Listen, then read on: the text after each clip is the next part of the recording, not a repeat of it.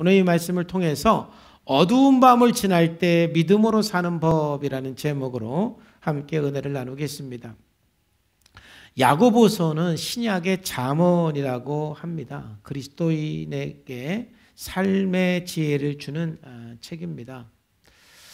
우리가 많은 고난 속에서 우리가 살고 있기 때문에 제가 야고보서를 선택한 것은 참 이 고난 속에서 우리 그리스도인들이 어떻게 살아가야 되는지 우리 야고보서를 통해서 함께 지혜를 구하고 함께 은혜를 받으면서 우리가 승리하는 삶을 살기를 간절히 바라는 마음으로 야고보서를 함께 선택을 했습니다. 야고보서는 야고보가 기록했습니다. 그리고 흩어져 있는 12지파에게 쓴 편지입니다. 하나님과 주 예수 그리스도의 종 야고보는 흩어져 있는 12지파에게 문안하노라 그랬습니다. 야고보는 그 당시에 가장 흔한 이름 중에 하나입니다. 예수님의 제자 중에도 벌써 야고보가 알페오의 아들 야고보, 세베대의 아들 야고보가 있어요. 그렇죠? 그러니까 성경에는 사도 중에 이런 야고보가 많은 야고보가 있어서 그럼 어떤 야고보가 쓴 거냐? 근데 이 야고보서는 예수님의 동생 야고보가 썼습니다. 예수님의 동생 중에 야고보라는 사람이 있었죠. 그러니까 마리아와 요셉이 이제 예수님께서 태어날 때까지는 동침하지 않았다가 예수님이 태어난 후에는 이제 함께 부부 생활하면서 자녀들을 낳았는데, 그래서 예수님의 동생은 마태복음 13장 55절에 보면은 이는 그 목수의 아들이 아니냐, 그 어머니는 마리아, 그 형제들은 야고보, 요셉, 시몬, 유다라 하지 않느냐. 그래서 이 야고보, 요셉, 시몬, 유다가 예수님의 동생들이에요. 그 중에 야고보 첫째 동생이죠. 근데 이 야고보는 다른 동생도 마찬가지지만 원래 예수님을 안 믿었던 사람들이에요. 심지어는 자기 형 예수님을 미쳤다라고 생각까지 했던 사람들이에요. 근데 이 야고보가 언제 예수님을 믿게 됐느냐면은 예수님께서 십자가에 죽으시고 부활하신 것을 목격하고 나서 이 야고보가 예수님이 단지 내 육체의 형이 아니라 하나님의 아들이시구나, 메시아구나 라는 것을 야고보가 예수님을 믿게 되면서, 여러분들이 사도행전을 읽어보면은 이 야고보는 초대교회의 베드로와 같은 지위에 있는 지도자가 되는 거예요.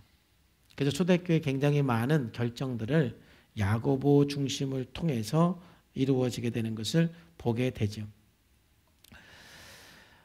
특히 야고보서는 행함을 강조합니다. 우리의 행동을 통해서 우리 믿음이 증거가 되고 확증이 되고, 행함이 없는 믿음은 죽은 믿음이다. 이것을 매우 강조하죠.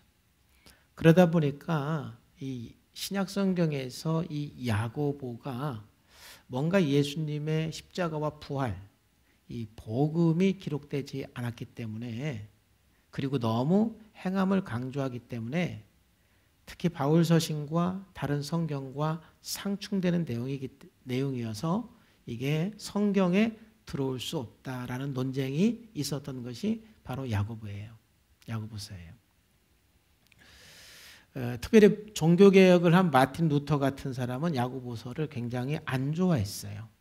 왜냐하면 루터는 가장 강조한 게 뭐예요? 우리가 의롭게 되는 것은 오직 믿음이다.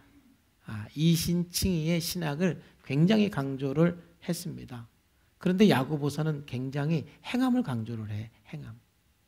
그래서 루터가요 1522년도 이제 독일어로 성경을 번역을 했는데, 마틴 루터가 성경을 번역을 했는데 자기가 번역한 성경에는 야고보서를 빼버렸어요. 물론 나중에는 넣었지만 자기 마음대로 빼면 안 되지. 그 정도로 야고보서를 별로 안 좋아했어요. 근데 사실 그거는 야고보서에 대한 신학적인 오해라고 생각을 해요. 왜냐하면 야고보가 야고보서에서 행함을 강조했지만 야고보의 신앙은 오직 믿음으로 구원받는 것을 분명히 믿고 그것을 강조한 사람이에요. 성경에 보면은 특별히 이 야고보는 바울과 한 4번 정도 만나요. 갈라디아서 1장에서도 만남이 있고 사도행전 11장, 15장, 22장에 보면은 야고보와 바울 간의 만남이 있는 것을 봐요. 그런데 야고보의 신앙과 바울의 신앙이 전혀 상충되지 않아요. 일치가 됩니다. 이 야고보는 이방인들이 하나님의 백성이 되는데 율법이 아닌 오직 믿음으로 가능하다라고 확증해 준 사람이 야고보예요. 사도행전 15장에 보면은 이건 굉장히 중요한 이슈였거든요. 사도 바울이 전도를 해서 이방인들이 이제 예수님을 믿기를 시작을 했어요. 수많은 이방인들이 예수님을 믿으니까 유대 그리스도인들 중에는 이방인들이 예수님을 믿어서 하나님의 백성이 되려면 율법을 지키고 할례를 받아야 된다. 그렇게 주장하는 사람들이 많았어요. 근데 그렇게 주장을 하게 되면은 이방인들이 예수님을 믿을 수가 없어요. 그래서 그 문제를 가지고 예루살렘에서 회의를 했습니다. 굉장히 중요한 이슈예요. 그래서 베드로도 이야기하고 바울도 이야기하고 그리고 그 모든 이야기를 듣고 마지막 결론을 낸 게 누구예요? 야고보예요. 15장 13절의 말씀을 보니까 말을 마침에 야고보가 대답하여 이르되, 그러니까 야고보가 그 초대교회에서 굉장히 중요한 위치에 있었던 지도자인 것을 알 수가 있어요. 근데 야고보가 뭐라고 말했습니까? 19절에 그러므로 내 의견에는 이방인 중에 하나님께로 돌아오는 자를 괴롭게 하지 말라. 이 말은 무슨 말이에요? 그들에게 율법을 강요하지 말아라. 할례를 강요하지 말아라. 하나님의 자녀가 되는 것은 오직 믿음으로 되는 거다. 야고보는 이런 신앙을 갖고 있는 사람이에요. 우리가 율법을 지켜서 하나님 백성이 되는 게 아니다. 할례 받아서 하나님 백성 되는 게 아니다.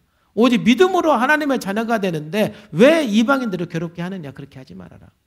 근데 이제 20절 말씀은 유대 그리스도인들에게 그래도 조금 의료를 주기 위해서 그들이 가장 중요하게 생각하는 최소한의 몇 가지만 좀 그들에게 주의를 좀 주자. 이렇게 결론을 내리죠. 다만 우상의 더러운 것과 음행과 목베어 죽인 것과 피를 멀리하라고 편지하는 것이 옳다.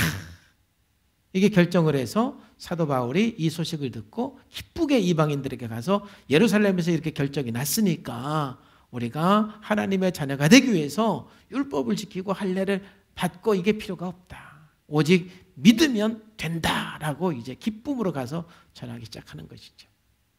그래서 여러분, 이 야고보서와 바울 서신의 차이는 뭐냐면은 이 바울 서신은 이 관점이 사람이 하나님 앞에서 어떻게 의롭게 되는가, 이게 관점이에요. 우리가 어떻게 의롭게 되는가. 또 종교개혁자들의 관점은 우리가 어떻게 구원받고 어떻게 의롭게 되는가, 이게 관점입니다. 즉 칭의의 원인, 의롭게 되는 원인이 바울 서신의 핵심 주제이고 종교개혁자들의 주제였어요. 그럼 야고보서는 뭐냐? 야고보서는 관점이 뭐냐면은 의롭게 된 사람이 어떻게 살아가야 하는가, 이게 관점이에요. 이미 예수 믿는 사람이, 구원받은 사람이 어떻게 살아가야 하는가, 이게 야고보서의 그 관점이고, 즉 야고보서는 칭의의 원인이 아닌 칭의의 결과, 의롭게 된 사람의 그 결과를 말하는 게 야고보서입니다. 그래서 야고보서는 지혜서인 것입니다. 예수 믿는 사람들이 어떻게 살아야 되는지, 의롭게 된 사람이 이 고난 가운데서 어떻게 살아가야 하는지를 보여주는 것이 야고보서이고, 그래서 야고보서는 우리에게 수많은 지혜들을 주고 있는 것입니다. 그리고 야고보서가 성경적으로 굉장히 중요한 위치에 있는 것입니다. 그렇다면 야고보서는 누구에게 기록한 책입니까? 바로 야고보서는 흩어져 있는 12지파에게 기록됐습니다. 그럼 흩어져 있는 12지파는 누구냐? 바로 12지파는 유대인들을 말하는 것입니다. 그러니까 예수 믿는 유대인들 12지파. 그리고 흩어져 있는 사람들은 누구냐 하면은 그 당시에 로마 제국 전체에 흩어져 있는 사람들을 말하는 겁니다. 그러니까 흩어져 있는 12지파에게 편지를 쓴다, 이 말은 야고보서의 수신자는 로마 제국 전체에 흩어져 사는 유대계 기독교인을 말하는 거예요. 그래서 야고보서는 일반 서신이라고 말하는 거예요. 일반 서신이라는 것은 뜻이 뭐냐면은 이 서신서는 어떤 특정한 사람이 아니라 굉장히 일반적인 사람들이에요. 폭이 넓어요. 전 세계에 흩어져 있는 유대 기독교인을 말하는 거예요. 그 당시 로마는 전 세계였잖아요. 전 세계에 흩어져 있는 유대 기독교인들을 말하는 것이죠. 그 당시에 바울은 이방인들을 중심으로 사역을 했고, 그리고 야고보하고 베드로는 유대인 그리스도인을 중심으로 해서 사역을 했습니다. 그러면 그 당시에 흩어져 있는 12지파들, 전체 로마에서 흩어져 사는 유대계 기독교인들은 어떤 상황 속에 있었느냐? 큰 세 가지의 그 고통, 그 상황 속에 있었습니다. 그러니까 이 야고보서는 굉장히 고통당하는 성도들에게 쓴 편지라고 보시면 됩니다. 첫 번째는 종교적인 핍박이에요. 스데반 집사 이후에 그들은 종교적인 핍박 때문에 흩어져 살게 돼 있는 거예요. 자기 고향을 떠나서 자기 삶의 터전을 떠나서 산다라는 그 자체가 굉장한 고통이에요. 두 번째로는 정치적인 핍박이에요.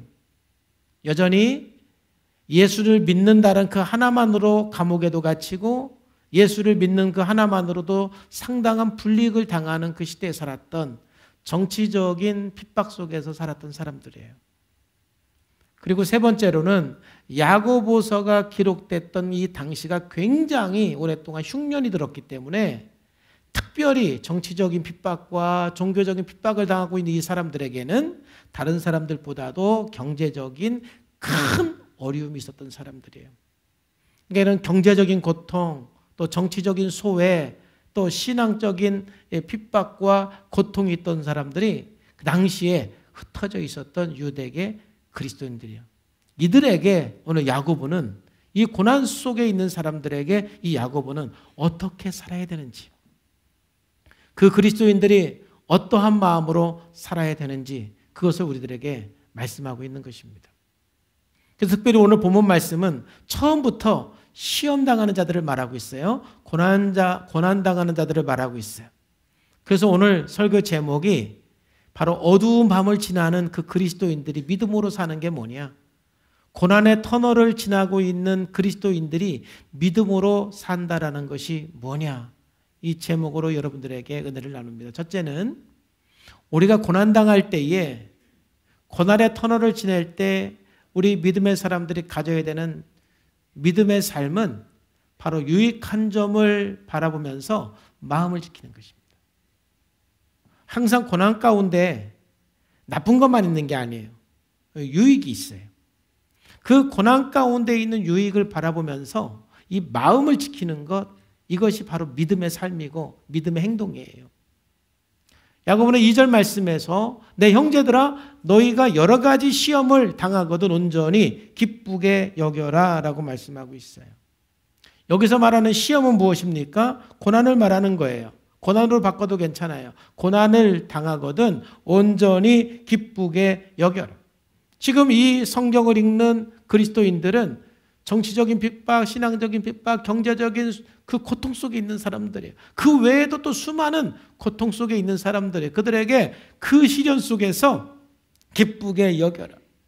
지금 함께 예배하는 우리들에게도 많은 시련들이 있습니다. 어떤 사람들은 경제적인 시련 가운데 있는 사람이 있습니다.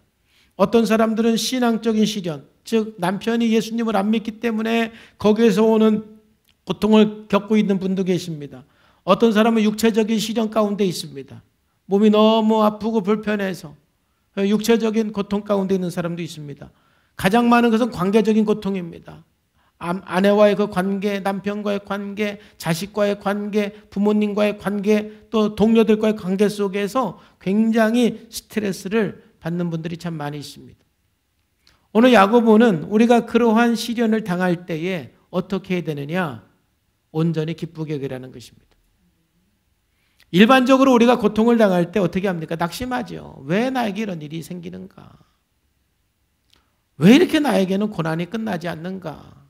낙심하고 절망합니다. 때로는 원망을 하죠. 부모를 원망하기도 하고 누구를 원망하기도 합니다. 심지어는 하나님을 원망하기도 해요. 하나님 왜 나에게 이런 고통을 주시는 거예요? 하나님 왜? 하나님 왜? 그러는 거예요. 근데 야고보는 그 고난당하는 성도를 향해서 그렇게 하지 말고 온전히 기쁘게 여겨라. 여기서의 기쁨은 여러분 감정이 아니에요. 의지적 선택을 말하는 거예요. 우리가 고통당할 때에 감정적으로 기뻐할 수가 없어요. 만약에 여러분들이 고통당할 때 감정적으로 기뻐할 수 있다면 그건 이상한 거예요. 그건 심각한 상황이에요. 어떻게 내가 막 힘든데 감정적으로 기쁠 수가 있습니까? 그건 불가능한 거예요.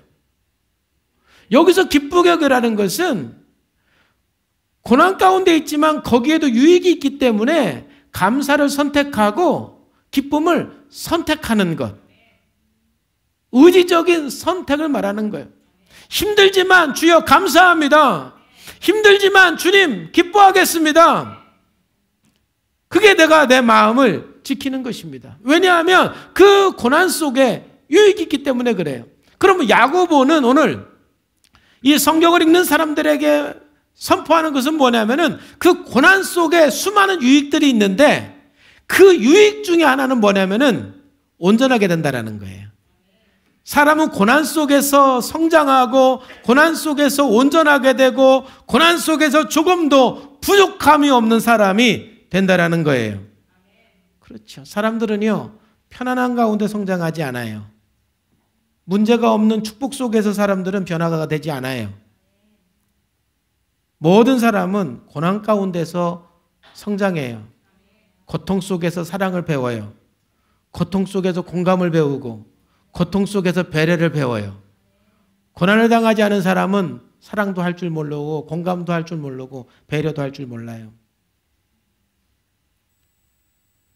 우리는 수많은 고난을 겪으면서 성장해 가는 거예요. 여기서 우리가 꼭 다음 주에 또 보겠지만은 기억해야 되는 것은 무엇이냐면은 여러분, 하나님은 우리들에게 절대로 고난을 주는 분이 아니에요. 여러분들이 지금 당하는 그 고난은 전부 우리들이 만들어내는 거예요. 사람들이 만들어낸 거예요. 내 내면의 문제 때문에 힘든 거예요. 내가 무지해서 고난당하는 거예요. 내가 성숙하지 못해서 고난당하는 거예요. 또 때로는 다른 사람의 죄 때문에 내가 고난받는 거예요. 하나님이 주시는 게 아니에요. 그러면 하나님은 어떤 분이냐? 고난을 허락하시는 분이에요. 내가 고난을 만들어내지만 하나님은 내가 만들어내는 그 고난을 막지를 않으세요. 그 고난을 허락하세요. 왜 허락하십니까? 그 고난을 통해서 성장하라고. 그 고난을 통해서 회복하고 그 고난을 통해서 온전해지고 그 고난을 통해서 부족함 없는 사람으로 성장하라고 고난을 허락하는 거예요. 그래서 여러분들이 고난받을 때 정말 생각을 주의를 하셔야 될 게 있어요. 여러분, 고난받을 때 이렇게 생각하시면 안 돼요. 여러분들의 뭔가 삶의 원인으로 고난이 온 것은 맞지만 그래도 너무 원인에 의한 결과로서 생각하기보다는 하나님께서 성장을 위해서 허락한 것이다, 이 관점에서 생각해야 돼요. 자, 첫 번째 우리가 여러분들이 한번 따라하세요. 내가 이렇게 힘든 거는 따라하세요. 내가 이렇게 힘든 거는 요즘에 기도를 너무 안 해서 그래. 그렇게 말하지 마요.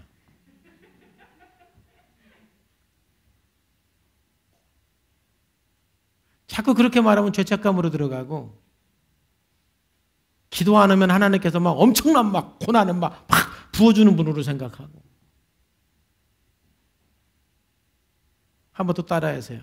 내가 이렇게 힘든 거는 내가 죄를 너무 많이 져서 그래. 그렇게 말하지 말아요. 그렇게 생각하면 안 돼요. 자, 그럼 어떻게 우리가 생각하고 말할까요? 한번 따라하세요.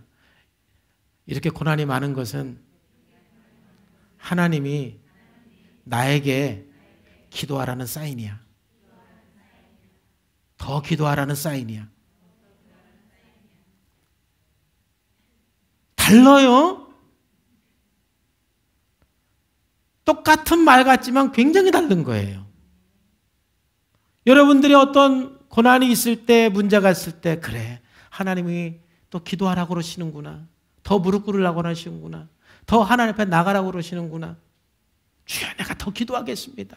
이 고난을 통해서 또 기도하게 하시니 감사합니다. 이 고난을 통해서 또 하나님께 가까이 나가게 하시니 감사합니다. 할렐루야! 하고 막 기도하면 돼요.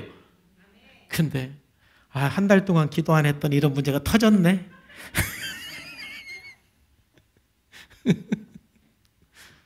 요즘에 새벽 예배 안 나갔더니 이런 문제가 터졌네. 아니에요.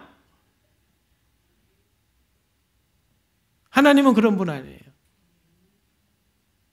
하나님이 고난을 허락하시는 것은 우리가 성장을 위해서예요. 기도하라는 사인이구나. 그래서 여러분들이 어떤 그 고난이 있을 때, 주님, 이 고난을 통해서 나에게 성장하기를 원하는 것이 무엇입니까? 이 고난을 통해서 내가 회복되기를 원하는 것이 무엇입니까?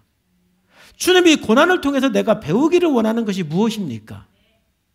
왜? 고난은 우리 성장을 위해서 하나님께서 허락하시는 것이기 때문에 고난이 오면은 거길 통해서 내가 성장할 것이 뭔가, 배울 것이 뭔가, 회복할 것이 뭔가를 생각하면서 그 고난을 통해서 여러분들이 성장해 나가면 고난도 해결이 되고 그 고난을 통해서 여러분은 성장해 갈 줄로 믿습니다.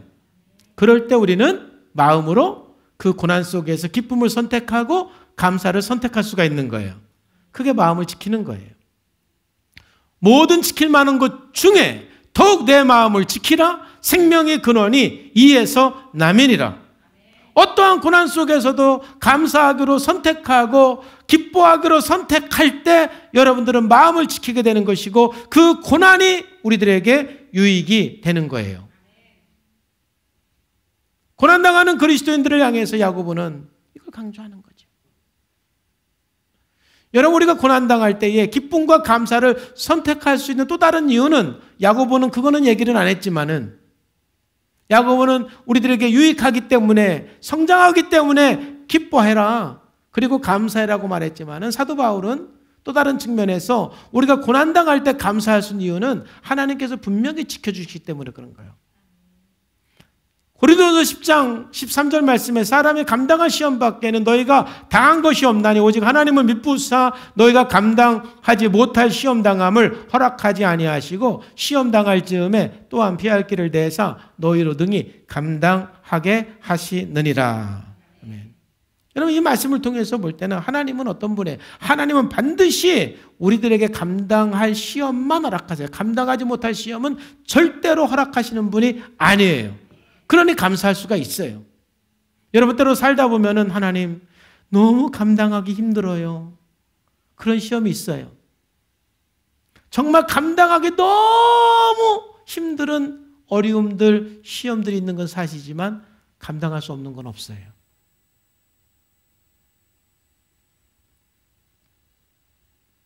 왜냐하면 하나님은 약속하셨어요. 여러분이 감당할 시험은 허락하지 않으세요. 주지 않으세요. 뿐만 아니라 하나님은 또 어떤 분이에요? 우리가 그 시험 당할 쯤에 또 반드시 피할 길을 주시는 거예요. 반드시 피할 길을 하나님께서는 주세요. 회복의 길을 하나님께서는 반드시 주시는 거예요.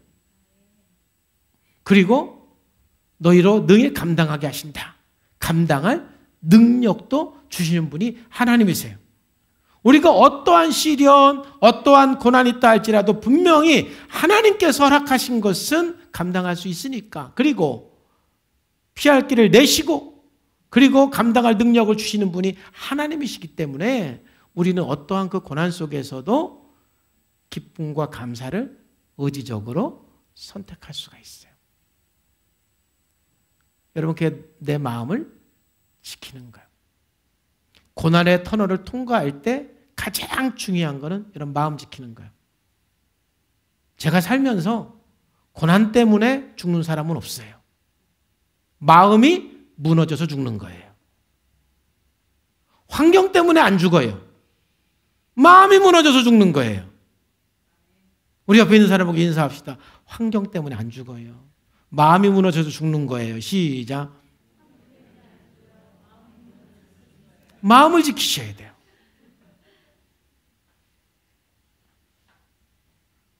아무리 어려운 시련이 있다 할지라도 내 마음을 지키며 나가는 것이 바로 믿음이고 그게 그리스도인의 삶인 거예요. 이 코로나 때문에 얼마나 힘들어요. 이런 그 상황 속에서 항상 우리가 이 마음을 지키는 게 중요한 거예요. 감사를 선택하고 기쁨을 선택하는 거예요. 두 번째, 이 고난의 터널을 통과하는 우리 그리스도인을 향해서 야고보는 무엇을 얘기하냐면은 고난을 피하지 말고 살아내라는 것입니다. 살아내라. 우리가 고난이 오면 나도 모르게 피하고 싶어요. 도망가고 싶어요. 죽고 싶어요. 그러나 이 야고보는 고난당하는 그리스도인들을 향해서 고난을 피하지 말고 살아내라는 것이죠. 3절에서 4절에 보면은 이는 너희 믿음의 시련이 인내를 만들어내는 줄 너희가 알미라. 인내를 온전히 이루라. 이는 너희로 온전하고 구비하여 조금도 부족함이 없게 하려 함이리라. 믿음의 시련이 우리들에게 인내를 만들어내고 그리고 4절에 인내를 온전히 이루라는 거예요. 여러분, 인내를 이룬다라는 말은 여기서 인내는 히포모네인데 히포모네는 밑에 머물다라는 의미예요. 그 아래에 머물러 있다. 다시 말해서 도망가지 않고 피하지 않고 그 아래에 머물러 있는 것이 바로 인내예요. 그러므로 우리가 어떤 고난이 있을 때 도망가지 말고 피하지 말고 그 상황 속에서 여러분들의 역할을 해내시고 살아내는 것, 이게 뭐예요? 인내하는 거예요. 살아내는 것. 그냥 참는 게 인내가 아니에요. 힘들지만 엄마 역할하는 게 힘들지만 엄마 역할을 해내는 것. 직장에서 그 자기의 현재의 그 위치가 힘들지만 고난이 있지만 그 삶을 살아내는 것, 이게 인내인 거예요. 우리는 고난이 있을 때 살아내셔야 되는 거예요. 사도 바울이 고백한 것처럼 내게 능력 주시는 자 안에서 내가 모든 것을 할 수 있습니다.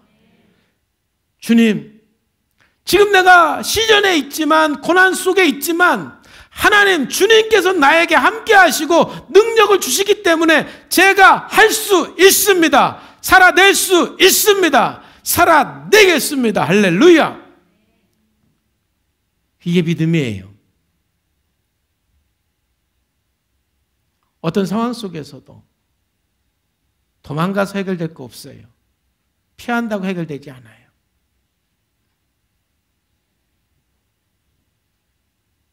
믿음으로 살아내는 거예요. 다윗은 어떤 고백을 했습니까? 내가 사망의 음침한 골짜기로 다닐지라도 해를 두려워하지 않을 것은 주께서 나와 함께 하십니다. 다윗도 그 인생 그 자체가 사망의 음침한 골짜기, 약 13년의 긴 세월을 사망의 음침한 골짜기와 같은 어둠의 그 터널, 어둠의 밤을 지났어요. 그렇지만 그 사망의 음침한 골짜기 그 13년이 넘는 그 세월을 그는 주님과 함께 살아냈어요. 자기 역할을 해냈어요. 이게 인내하는 거예요. 이게 인내를 이루는 거예요.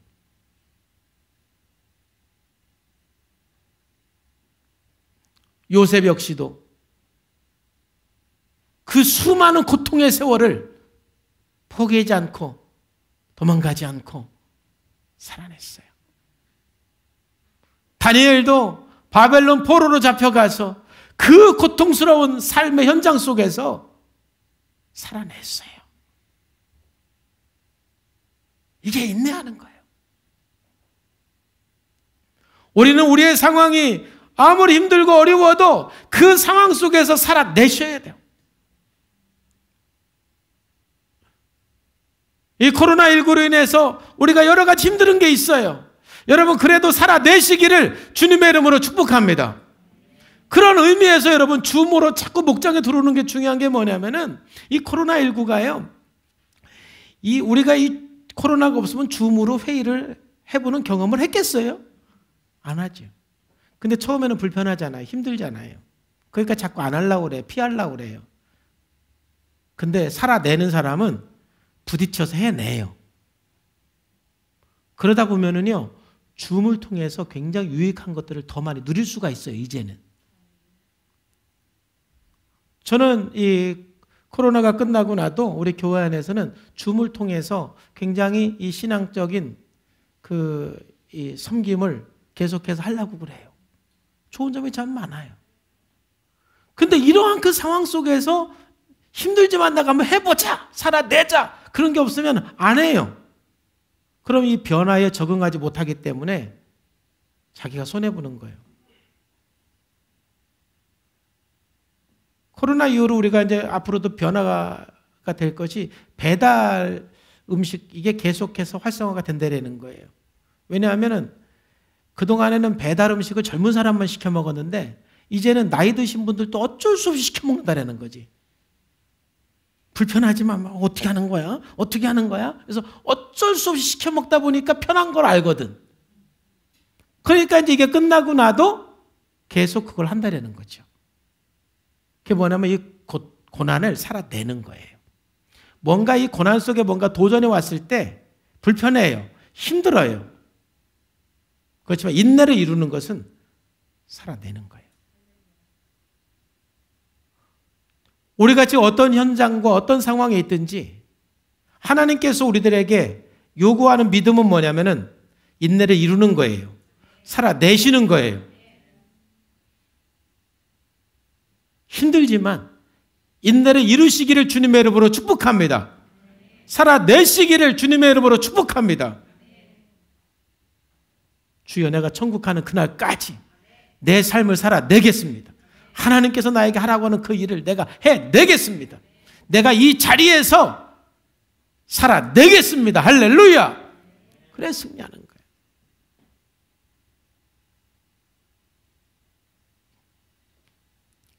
세 번째가 중요해요. 두 번째까지도 중요하지만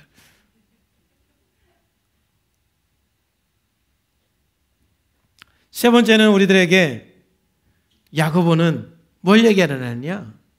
자, 이제 우리가 내가 넘기려고 했는데 아주 딱 넘겨주시네 우리 딸내미가. 잊어버렸어 그래가지고.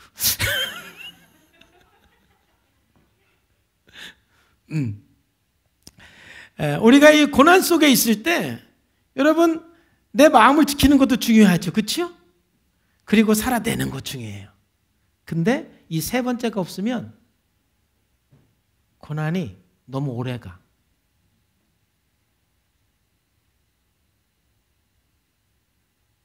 여러분, 이 우리의 삶의 고난이라는 것은 충분히 우리가 어느 정도 단축시킬 수도 있어요.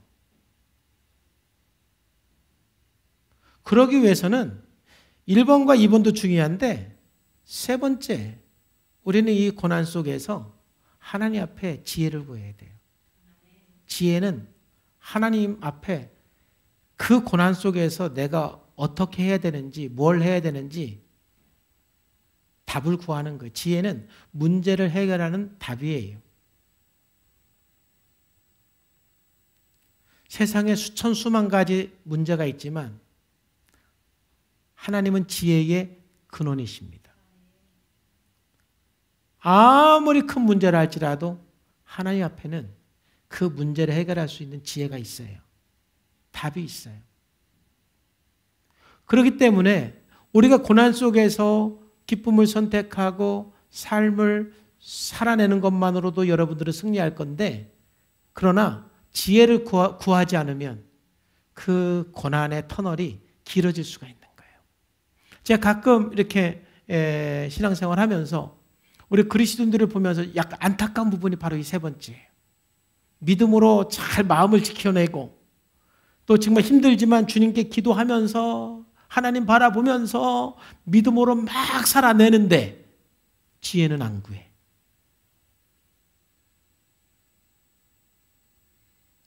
이 문제를 해결하기 위해서 주님, 내가 어떻게 해야 됩니까? 내가 어느 길로 가야 됩니까? 내가 무엇을 해야 됩니까? 하나님 저에게 해결 방법을 가르쳐 주시고 제가 할 일을 가르쳐 주시고 할 방법을 가르쳐 주시고 하나님 나에게 지혜를 주시옵소서. 제가 하겠습니다. 그래서 하나님께서 주시는 지혜를 가지고 이렇게 저렇게 우리가 또 도전하고 실천을 할 때 그 하나님의 지혜로 그 모든 문제가 해결이 되고 고난이 해결이 되는 거예요. 하나님께 지혜를 구해요. 하나님의 지혜의 근원이십니다. 5절 말씀에 보니까 너희 중에 누구든지 지혜가 부족하거든. 그렇지. 지혜가 부족하거든. 우리는 지혜가 부족해요. 그래서 문제예요. 얼마든지 주님 바라보면서 해낼 수가 있는데 지혜가 없어요. 어떻게 해야 되는지를 모르겠어요. 그럴 때 여러분 모든 사람에게 후히 주시고 꾸짖지 아니하시는 하나님께 구하라. 그리하면 너에게 주시리라. 하나님께 지혜를 구하라는 것입니다. 하나님의 지혜의 근원이세요. 하나님에게는 모든 답이 있어요. 하나님께는 모든 길이 있어요. 내 생각에는 길이 안 보이고 내 생각에는 답이 안 보이고 내 생각에는 터널의 끝이 안 보인다 할지라도 하나님께는 있습니다. 하나님께 지혜를 구하는 게 중요한 거예요. 몰라서 해결이 안 되는 게 많아요. 그래서 우리 그리스도인들이 적극적으로 고난 속에 해야 되는 것 중에 하나는 지혜를 구하는 거예요. 여러분들이 지금 어떠한 상황 속에 있든지 우리가 지혜를 구해야 돼요. 여러분들 예수님을 안 믿는 남편 때문에 지금 힘들다고 생각을 해봅시다. 그러면 그 남편으로 인해서 그래도 내가 성장하는 걸 보면서 감사하기로 선택했어요. 기뻐하기로 선택을 했어요. 그리고 남편이 때로는 신앙적인 갈등 때문에 막 나를 힘들게 해도 내가 아내로서의 역할을 해내고 사랑을 해냅니다. 너무 감사하죠. 근데 지혜를 안 구해. 그럼 거기서 끝나는 거야. 오래가. 근데 지혜를 구하는 건 뭐냐면 하나님, 이제 우리 남편을 주님 앞으로 인도하기 위해서 좀 더 회복하기 위해서 제가 뭘 해야 됩니까? 어떻게 해야 됩니까? 하나님 답을 가르쳐 주세요. 길을 가르쳐 주세요. 제가 좀 더 적극적으로 우리 남편의 회복을 위해서 저에게 할 수 있는 것을 가르쳐 주세요. 지혜를 주세요. 할렐루야. 이 지혜를 구해야 되는 거야. 여러분 직장 생활에서 어렵고 사업하면서 어려워도 마찬가지죠. 제가 보면은 우리 그리스도인들이 신앙이 좋은 분은 1번, 2번이 자동적으로 거의 돼. 신앙이 많이 좋은 분들은. 여러분 지혜를 구하는 단계까지 넘어가셔야 돼요. 어떻게 구하라고 그랬습니까? 오직 믿음으로 구하라. 이 말은 뭐예요? 반드시 준다라는 거지. 하나님은 반드시 우리들에게 하나님께서 우리들에게 가장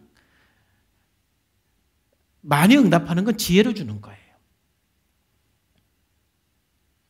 저는 참 하나님께 지혜를 많이 구해요. 믿음으로 구하고 조금 더 의심하지 말래요. 하나님이 주신다는 거예요. 의심하는 자는 마치 바람에 밀려 요동하는 바다 물결 같으니 이런 사람은 무엇이든지 죽게 얻기를 생각하지 말라. 두 마음을 품어 모든 일에 정함이 없는 자로다. 할렐루야. 두 마음 품지 말고 하나님께 구하라는 거예요. 지혜를 구해라.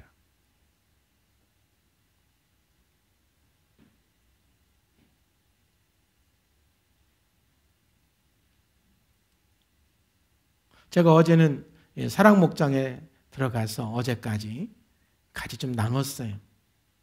근데 우리 홍선호 집사님이 순종 집회를 통해서 굉장한 하나님의 지혜가 왔어요. 그래서 이 팀장님하고 갈등이 생겼을 때 이번에 너무너무 아름답게 그 문제를 해결해. 그 팀장님이 우리 홍선호 집사님을 바라보는 눈빛이 달라졌대. 할렐루야. 그래서 내가 간증 한번 하라고 그랬어.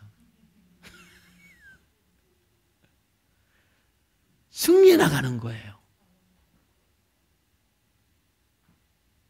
여러분 하나님께서 여러분들에게 어떻게 지혜를 주십니까?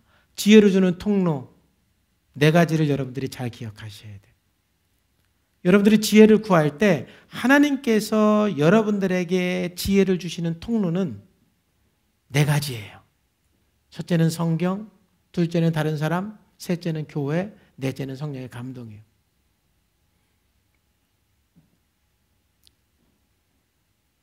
하나님께서 우리들에게 말씀하시고 지혜를 주는 통로는 성경이기 때문에 여러분들이 지혜가 필요할 때는 성경을 읽으면서 기도하세요. 이 참 성경이 하나님의 감동으로 된 책이기 때문에 너무 특별해요. 이 성경에 구체적으로 여러분들의 상황을 기록하지는 않았는데 기도하면서 여러분들의 그 상황 속에서 지혜를 구하면서 이 성경을 읽으면 답이 다 있어. 어떻게 해야 되는지 알려줘. 이거 성경을 모르니까 지혜가 없는 거예요. 그래서 끊임없이 여러분들이 기도하면서 성경을 읽으면 하나님께서 굉장히 많은 지혜들을 주셔서 이렇게 하면 되겠구나. 이렇게 해야 되겠구나. 그러면 그게 맞아.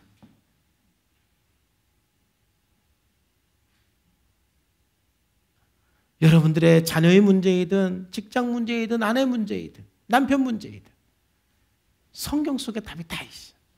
어떻게 해결해야 될지. 자, 두 번째, 하나님께서 우리들에게 지혜를 주는 통로는 다른 사람들이에요. 하나님은 사람을 통해서 우리들에게 말씀하시고 사람을 통해서 우리들에게 지혜를 주세요. 그러니까 제가 오늘 조금 강조하고 싶은 것은 뭐냐면은 예수를 믿는 사람들은 제발 다른 사람의 말을 잘 듣고 공부 좀 해요. 책 좀 읽으세요.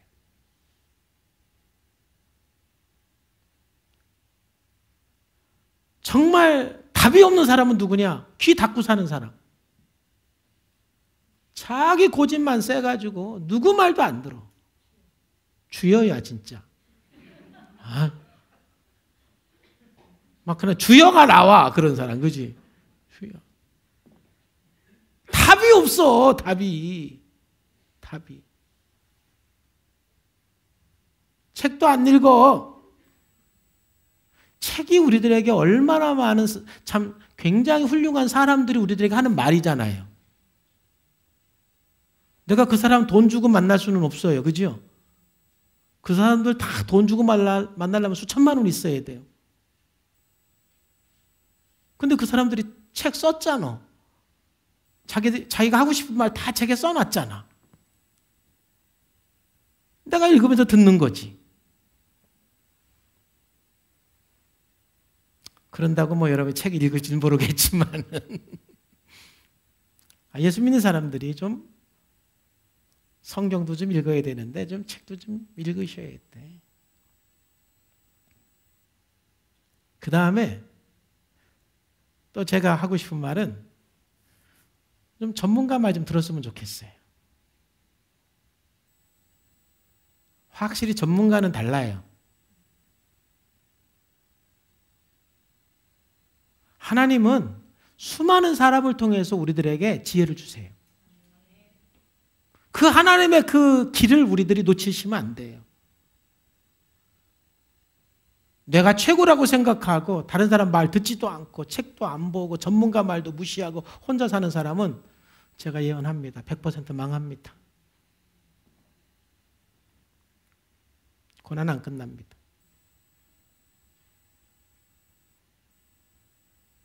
그런 사람 옆에 있으면 제 주엽밖에 안 나옵니다. 답답합니다. 그죠? 그래서 여러분, 하나님께서 우리들에게 지혜를 주시는 방법, 말씀하시는 방법이 사람이라는 거예요. 그러니까 사람을 통해서 하나님께서 어떻게 우리들에게 지혜를 주실지 알 수가 없기 때문에 항상 사람들이 하는 말에 귀담아 들을 줄 알고 내가 적극적으로 사람을 찾아가는 것은 책을 읽는다든지 전문가의 조언을 구하는 게 적극적으로 찾아가는 거예요. 그래서 듣는 거예요. 거기에서 하나님께서 주시는 지혜를 구하셔야 돼요. 사람의 말을 무조건 의지하고 따르라는 게 아니에요. 결국 마지막 내가 하나님께로부터 온 건지 아닌지는 내가 분별할 줄 알아야죠.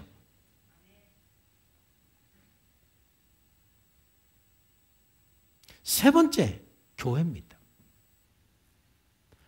여러분, 교회는 하나님께서 우리들에게 말씀하시고 지혜를 주는 엄청난 통로예요. 그렇기 때문에 제가 목장을 강조하는 거예요. 우리 교회 목장 예배는 주일 오전 예배와 똑같은 위치예요. 서로 나눌 때 거기에 성령이 강력하게 역사해서 그냥 어떤 때는 내가 말하면서 답을 얻어요. 누가 말 안 했는데 그냥 공동체 안에서 내가 막 말하다가 이렇게 하면 되겠네 하고 자기가 말하다가 자기가 답을 얻어요. 또 어떤 공동체 안에서 그냥 서로 격려하고 위로받으면서 힘을 얻으면서 또 거기서 답을 얻어요. 왜냐하면 두세 사람이 모인 곳에 성령이 역사하는 거예요. 하나님이 함께하는 거예요.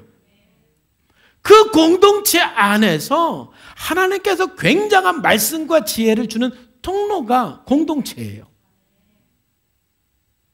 그리고 이 대그룹에서는 제 설교, 여기서는 제가 예배 드릴 때는 여러분들이 지금 공동체 나눔은 없잖아요, 거의. 근데 제가 지금 설교를 하잖아요. 하나님의 말씀을 받아서 이 설교를.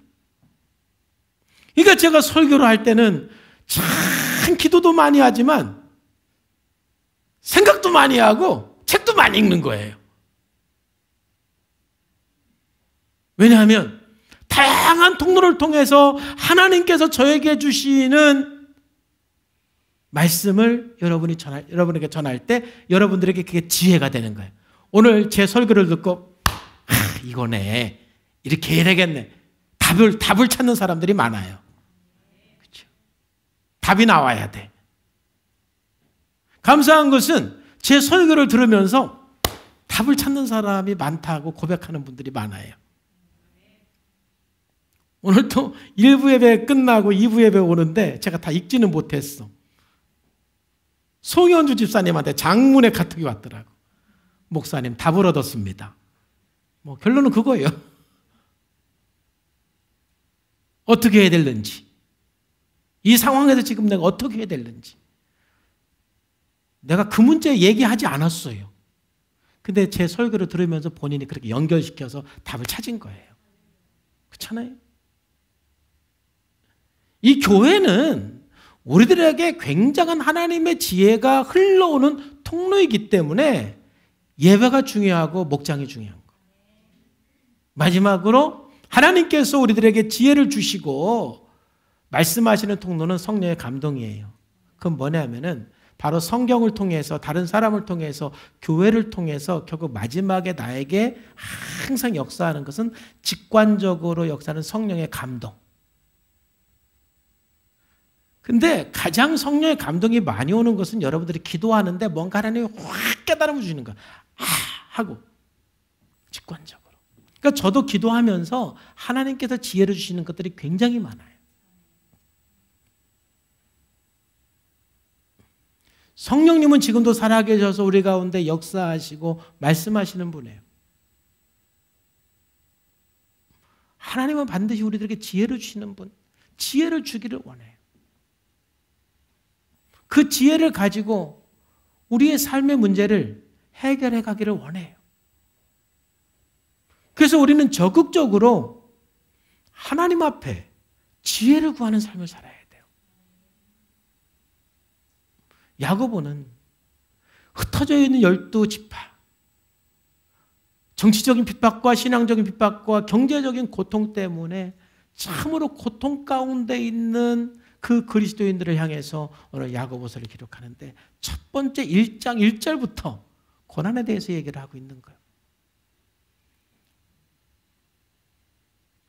고난당할 때 기쁨을 선택해라. 마음을 지켜라. 고난당할 때 인내를 이루어라. 도망가지 말고 그리스도인으로서 삶을 살아내라. 그리고 지혜를 구해라. 하나님께서 지혜를 주신다. 답을 주신다. 이거예요. 우리가 아무리 어두운 터널에 있다 할지라도 우리가 이 말씀을 기억하고 마음을 지키고 살아내고 지혜를 구할 때 반드시 환한 영광의 빛 가운데 나가는 그 시간이 올 줄로 믿습니다. 우리의 삶의 여정은 고난입니다. 우리의 삶의 과정은 고난이고 우리의 삶의 과정은 힘들지만 바로 그 과정 속에서 오늘 말씀을 가지고 살아갈 때 여러분들의 마지막, 여러분들의 결과는 찬란한 영광일 줄로 믿습니다. 하나님께서 반드시 여러분들에게 영광의 그 날을 주십니다. 우리는 오늘 또 소망 가운데 그날을 바라보면서 살아갈 수가 있는 것입니다. 고난 가운데서 승리하는 우리의 삶이 되기를 주님의 이름으로 축복합니다. 기도하겠습니다. 하나님 아버지 감사합니다. 오늘 또 성령님께서 말씀해 주시고 은혜 주셔서 감사합니다. 각각 사람들마다 참 말할 수 없는 그런 고난 가운데 있습니다. 그렇지만 우리가 항상 마음을 지키고 삶을 살아내고 지혜를 구하면서 힘들지만 영광의 그날을 바라보며 하루하루 승리하며 나가게 하여 주시옵소서. 예수님의 이름으로 감사하며 기도하옵나이다.